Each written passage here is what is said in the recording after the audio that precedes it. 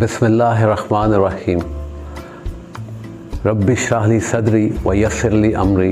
वहलुल उक़दतम मिन लिसानी यफ़क़हू क़ौली। मेरा नाम डॉक्टर रऊफ़ अहमद राजा है और मैं आर्थोपेडिक सर्जन हूँ और पिछले 30-32 साल से अमराज़ की तशख़ीस और उनके इलाज मुआलजे में मसरूफ़ हूँ।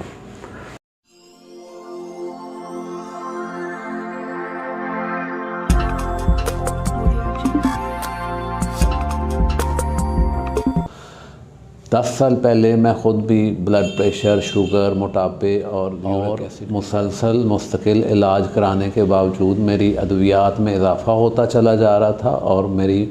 मुश्किलात और बीमारी से रिलेटेड पेचीदगियाँ भी बढ़ती जा रही थी। मुझे 2 दफ़ा कार्डियक स्टेंटिंग भी करवानी पड़ चुकी थी। 4 साल पहले जब डॉक्टर्स ने ब्लड प्रेशर और शुगर की अद्वियात की मौजूदगी में मुझे इंसुलिन की इस्तेमाल का मशवरा दिया और मैंने घर जाके ये बात अपनी वालदा से इसका ज़िक्र किया, तो उन्होंने कहा कि डॉक्टर साहिबान, बड़े तकलीफ़ और दुख के साथ उन्होंने कहा कि डॉक्टर साहिबान, ये इलाज तो नहीं हो रहा, आप एक गोली खाने शुरू की थी आज से 10 साल पहले, अब आप 7-8 गोलियाँ खाते हैं, 2 दफ़ा आपके ऑपरेशन हो चुके हैं और आपकी तकलीफ़ों में इजाफ़ा होता चला जा रहा है, बीमारियों की पेचीदगियाँ बढ़ रही हैं। और हकीकत तो ये है कि मैं ख़ुद भी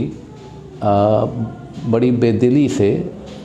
दुआओं और दवाओं के सहारे इलाज तो कर रहा था, लेकिन मैं अपने इलाज नहीं था। मैंने एक बात शिद्दत से महसूस की कि डॉक्टर्स हज़रात अपने मरीज़ों की काउंसलिंग या बीमारी के मुतल्लिक़ मालूमात की तफसील और उसकी मुमकिना पेचीदगियों,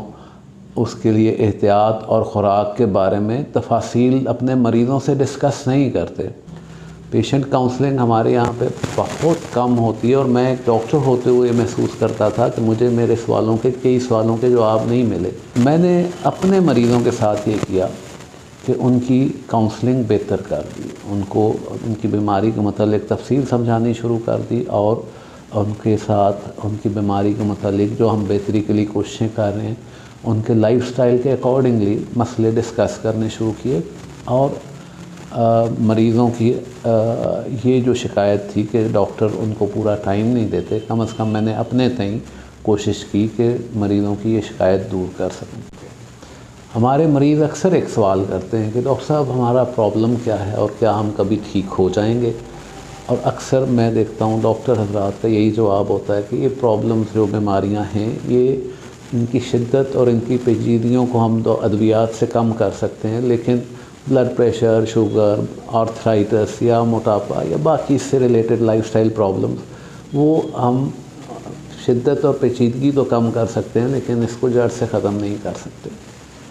अच्छा, एक मुसलमान होते हुए मुझे नबी सल्लल्लाहु अलैहि वसल्लम की ये हदीस मुबारका मालूम थी और मुझे बार बार मेरे ज़हन में ये सवाल आता था कि नबी सल्लल्लाहु अलैहि वसल्लम तो ये फरमा गए कि अल्लाह ताला ने कोई बीमारी ऐसी उतारी नहीं जिसके लिए शिफा ना उतारी हो। और मैं गैर मुतमईन रहता था अपने इलाज से भी, जो मैं अपने मरीज़ों का कर रहा था और जो मेरे साथ हो रहा था कि 8-10 साल में मैं 8-10 दवाइयाँ भी खा रहा था, 2 दफ़ा स्टेंटिंग भी हो चुकी थी। तो जब मैंने इस बात को मद्देनज़र रखते हुए कि अल्लाह ताला ने इंसान की तख्लीक के बारे में फ़रमाया है, लक़द ख़लक़नल इंसाना फ़ी अहसन तक़वीम, कि हमने इंसान को एक बेहतरीन शक्ल में पैदा किया। अगर हम अशरफ तरीन मखलूक हैं और हमें अल्लाह ताला ने ये शर्फ़ भी बख्शा है कि अपने आखिरी नबी की उम्मत में, जो खैरुल उम्मत जिसको कहा गया, उसमें पैदा किया है, तो ये क्या वजह है कि हम सारे अक्सर लोग बीमार हैं और हॉस्पिटल्स भरे हुए हैं और हमारी तकलीफ़ों में और परेशानियों में इजाफ़ा होता जा रहा है। जब मैंने इस पे गौर करना शुरू किया तो दुनिया में इन लाइफस्टाइल प्रॉब्लम्स को अब काबिल इलाज कहा जा रहा था और जो तरीक़ा इलाज बताया जा रहा था वो अल्हम्दुलिल्लाह वो बिल्कुल वही था जो हमें नबी सल्लल्लाहु अलैहि वसल्लम आज से 1400 साल पहले बता गए। हमारे प्यारे नबी सल्लल्लाहु अलैहि वसल्लम की ज़िंदगी का हर पहलू हमारे लिए रहनुमाई है। अल्लाह ताला कुरान पाक में फ़रमाते हैं,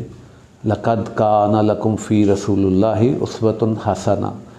आपके लिए बेहतरीन नमूना नबी सल्लल्लाहु अलैहि वसल्लम की ज़ात मुबारक की ज़िंदगी है। अब जब हम देखते हैं कि अल्लाह ताला ने नबी सल्लल्लाहु अलैहि वसल्लम की ज़िंदगी को हमारे लिए बेहतरीन नमूना करार दिया, तो ख़ुराक के हुसूल के लिए हमारा जो तरीक़ाकार है वो नबी सल्लल्लाहु अलैहि वसल्लम तो फरमा गए कि सबसे बुरा बर्तन जिसको इंसान भरता है वो पेट का बर्तन है। मोमिन के लिए चंद लुक़मे काफ़ी हैं जो उसकी कमर को सीधा रख सकें। अगर बहुत खाने की ख्वाहिश हो तो मैदे के 3 हिस्से कर लें,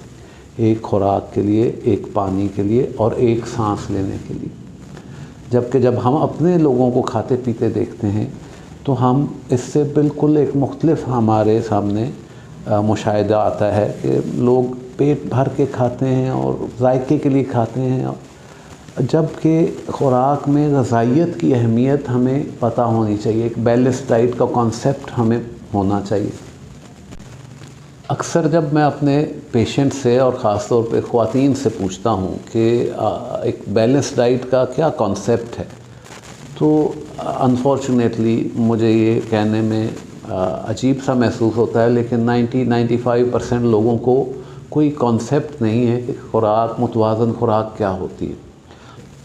नबी सल्लल्लाहु अलैहि वसल्लम का फरमान है कि मैं तुम में 2 चीज़ें छोड़े जा रहा हूँ,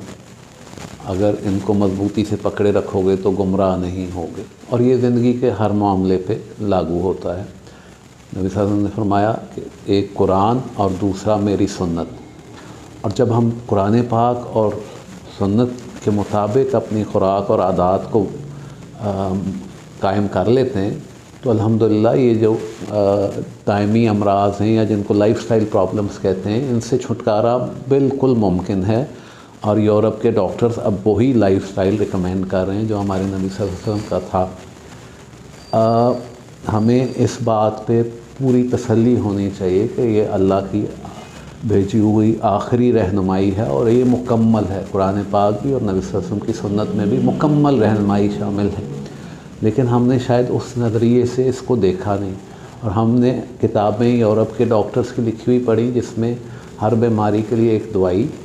और उसका तरीक़ा इलाज जो केमिकल्स से था। जबकि इसमें जब मैंने ये देखा तो मैं सुनी सुनाई बात को तो आगे बयान नहीं करना चाहता था, लेकिन मैंने इसको अपनी लाइफ में अडॉप्ट किया, इस लाइफस्टाइल को और खाने पीने के तरीक़े को। और अल्हम्दुलिल्लाह मैं ब्लड प्रेशर, शुगर की अद्वियात से अब मुझे बिल्कुल छुटकारा हासिल हो गया और मैं पहले के मुकाबले में अपने आप को बहुत फ़िट महसूस करता हूँ। और बग़ैर अद्वियात के मेरी ब्लड प्रेशर, शुगर और बाकी मसाइल अब कंट्रोल में हैं और मेरा वज़न भी 25 किलो कम हो गया।